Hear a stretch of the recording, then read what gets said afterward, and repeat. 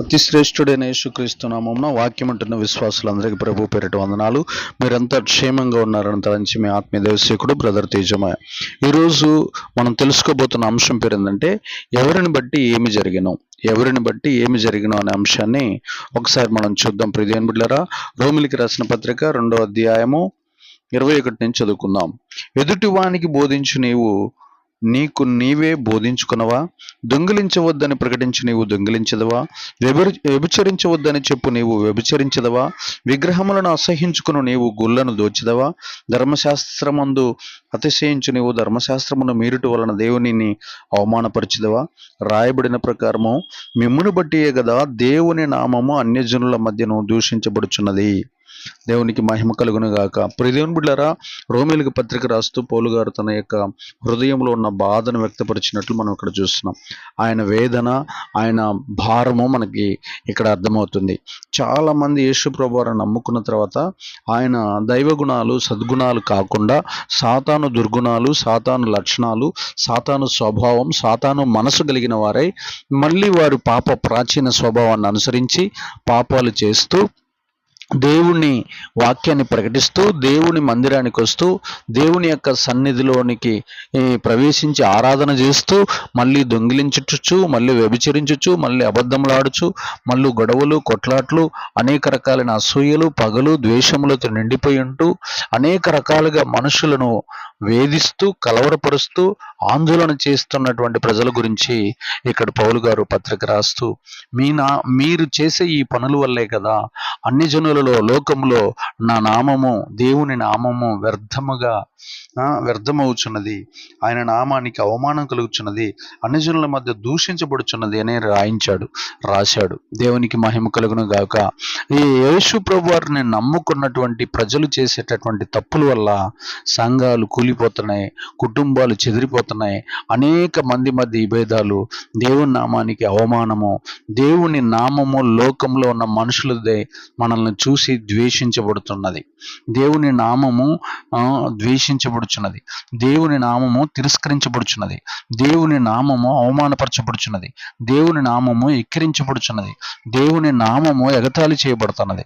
కారణం ఏంటంటే యేసు ప్రభు వారిని నమ్ముకున్నటువంటి బిడ్డలు చేసినటువంటి తప్పులను బట్టి ఈ లోకంలో అనేక మందిని రక్షించాల్సిన మనం, వారిని శిక్షలోనికి నెట్టేటటువంటి వారిగా, వారిని దేవుని దగ్గరికి ఆకర్షించాల్సిన మనం మన సత్క్రియల వల్ల, సాతాను దుర్గుణాలు ఇంకా మన లోపల నివాసం ఉండటం వల్ల, ఆ యొక్క స్వార్థము, అసూయ, ఇంకా రకరకాలైనటువంటి శరీర కోరికలు, శరీర దురాశలు, అన్నిటి వల్ల ఇంకా అనేక మంది నీతి తప్పటం వల్ల, క్రైస్తవులు నీతి తప్పటం వల్ల అనేక మంది దేవునికి దూరం అయిపోయి, దేవునికి శత్రువులుగా మారిపోయి, దేవుని నామాన్ని ఎగతాళి చేస్తూ, అవమానం చేస్తూ, ద్వేషించి దేవుని దగ్గర రాకుండా దూరం అయిపోతున్నారు.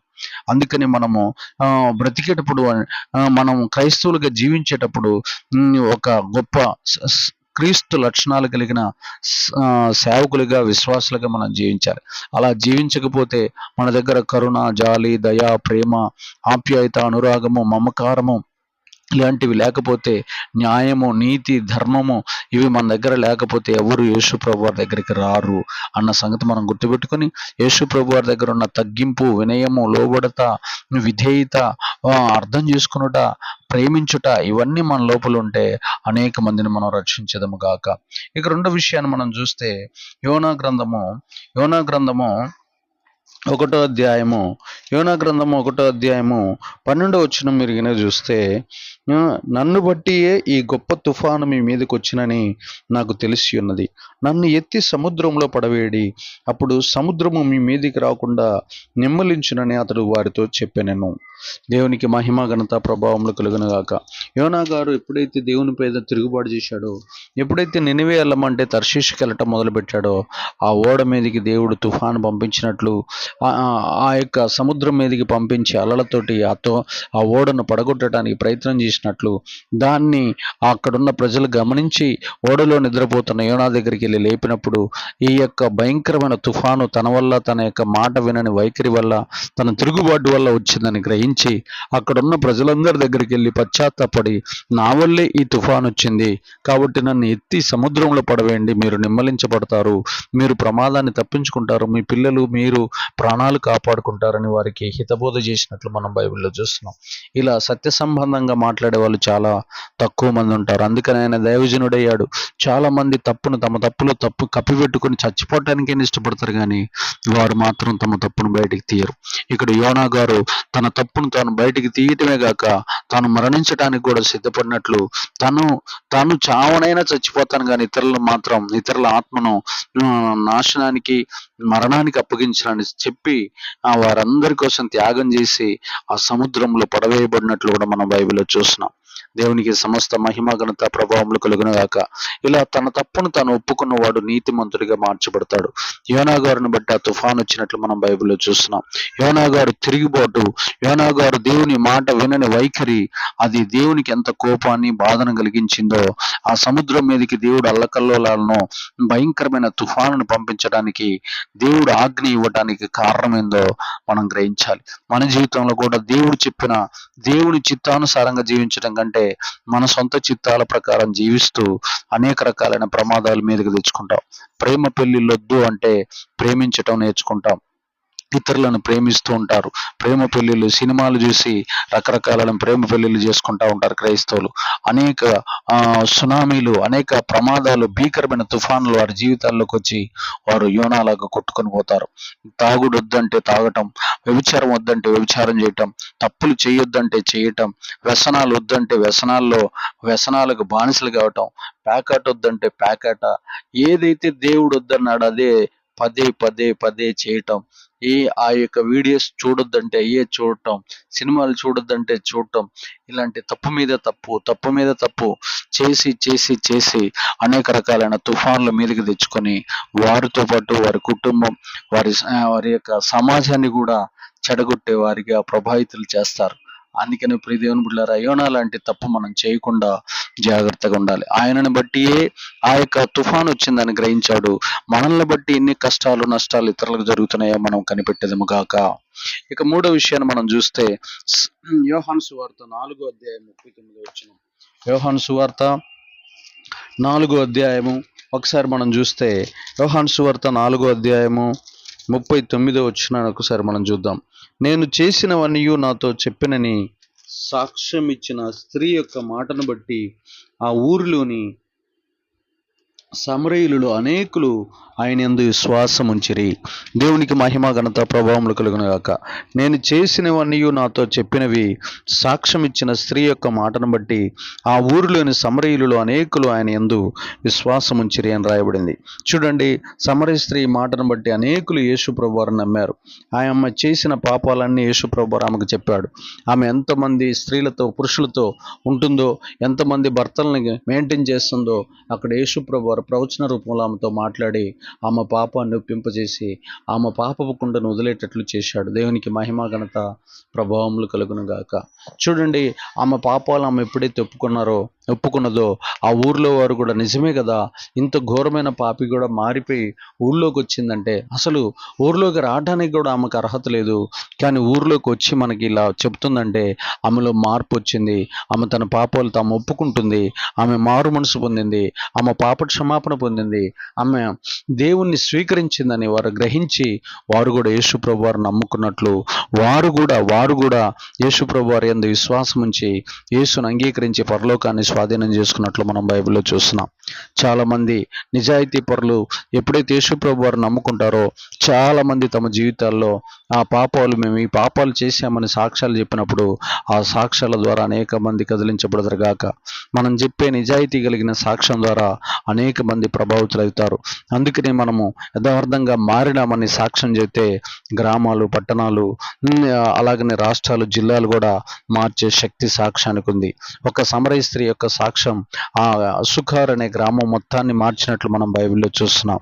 అలాగనే ప్రియ దేవుని బిడ్డలారా, మనం కూడా అలాగ ప్రభావితమైనటువంటి సాక్ష్యం మారి చూపిస్తే మన ద్వారా కూడా అనేక మంది రక్షణలోకి వచ్చేదరుగాక.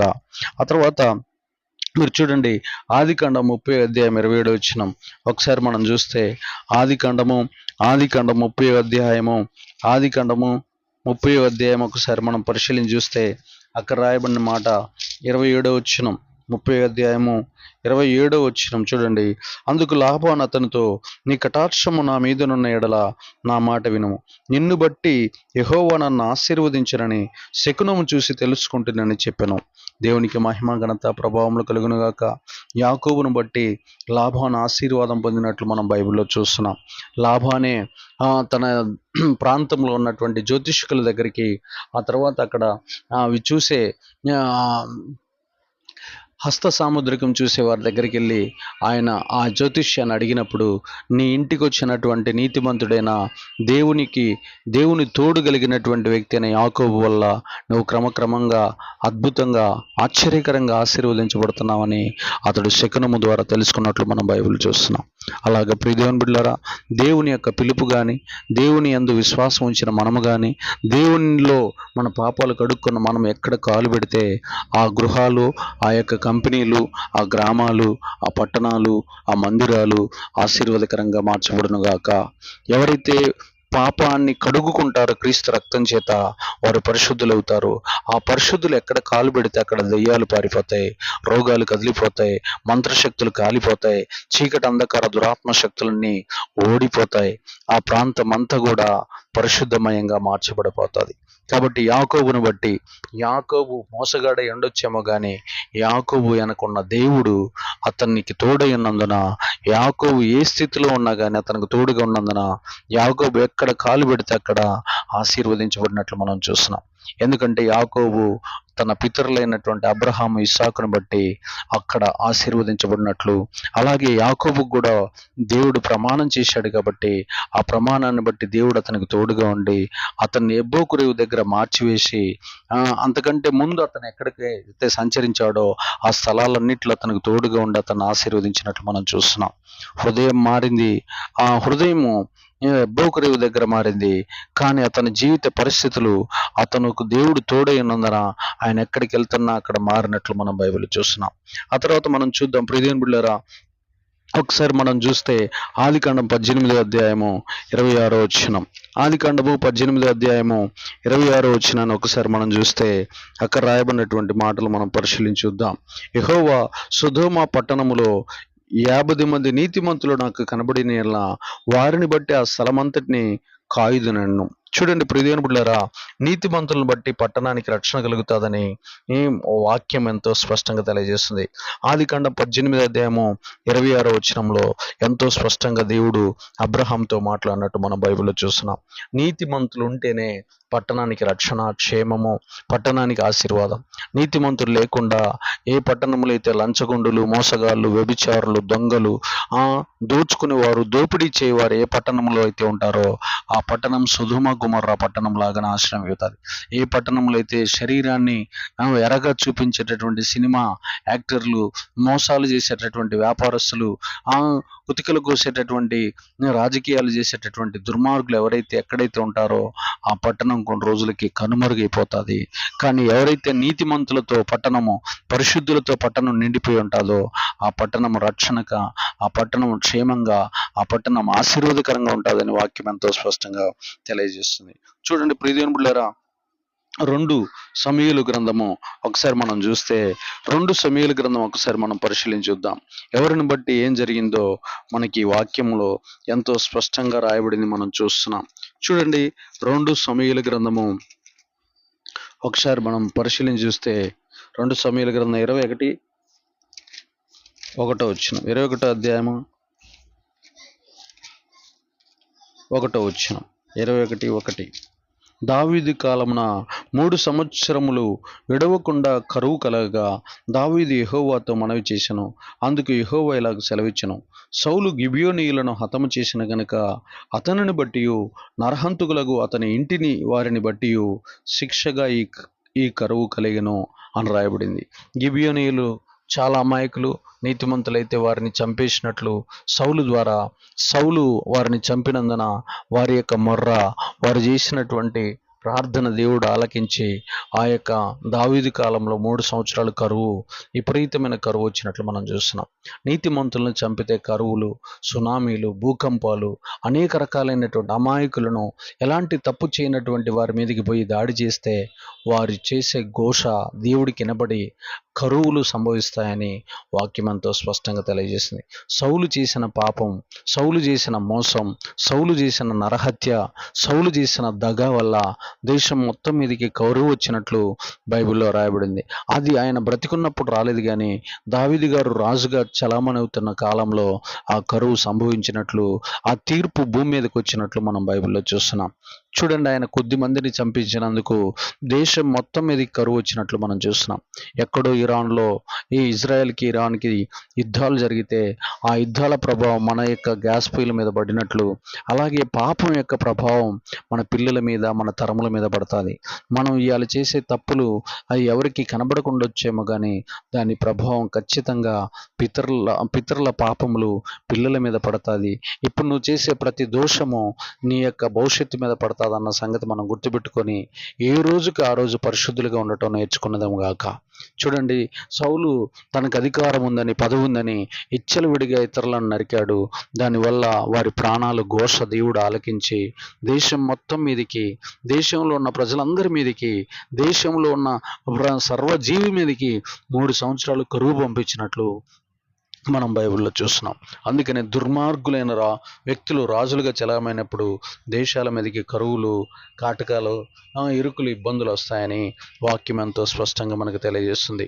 దేవునికి మహిమ, ఘనత, ప్రభావం కలిగిన యొక్క లూకాసు వార్త 1వ అధ్యాయము, లూకాసు వార్త 1వ అధ్యాయం 17వ వచనం ఒకసారి చూస్తే చూడండి, మరియు అతడు తండ్రుల హృదయములు పిల్లల తట్టుకును, అవిధేయులను నీతిమంతులను జ్ఞానమును అనుసరించుటకు త్రిప్పి, ప్రభు కొరకు ఆయత్తపడి ఉన్న ప్రజలను సిద్ధపరచుటకై ఏలియా యొక్క ఆత్మీయు శక్తి గలవాడై ఆయనకి ముందుగా వెళ్ళను గనుక నీకు సంతోషమును మహా ఆనందము కలుగును. అతడు పుట్టినందున అనేకులు సంతోషించెదరను.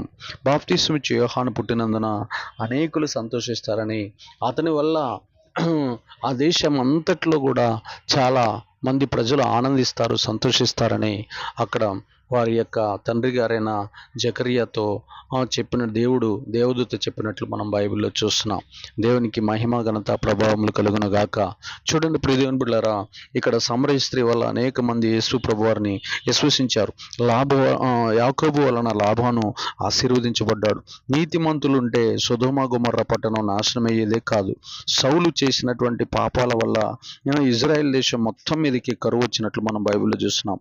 బాప్తిస్మిచ్చు యోహాను నీతిమంతుడిగా ప్రత్యేకంగా జీవించటం వల్ల అది లోకంతో కలవకుండా, శరీరం మాట వినకుండా సాతానును జయించడానికి అరణ్యంలోకి వెళ్ళిపోయి దేవుని కోసం బ్రతికినందున అతను ప్రత్యేకంగా జీవించి అతని ద్వారా పరిశుద్ధత ఆ యొక్క రాబోతున్న తరం మొత్తాన్ని కాపాడుకున్నాడు.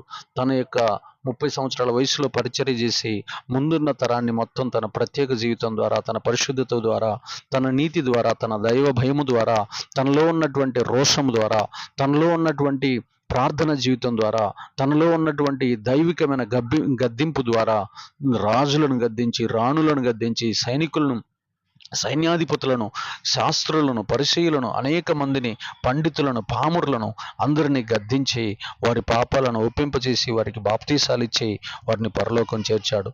అలా పాపాలు తమంతట తాము ఒప్పుకొని వారంతా రక్షణ పొందారు. కాబట్టి అనేక మంది పాపాల నుండి విడుదల పొందినందున వారు సంతోషించి పరలోకాన్ని సంపాదించుకున్నారు. అతడు పుట్టినందున అనేకులు సంతోషించారని రాయబడిన వాక్యము నెరవేర్చబడింది. దేవుడి మాటలను దీవించి స్థిరపరచునుగాక. ఆమెన్.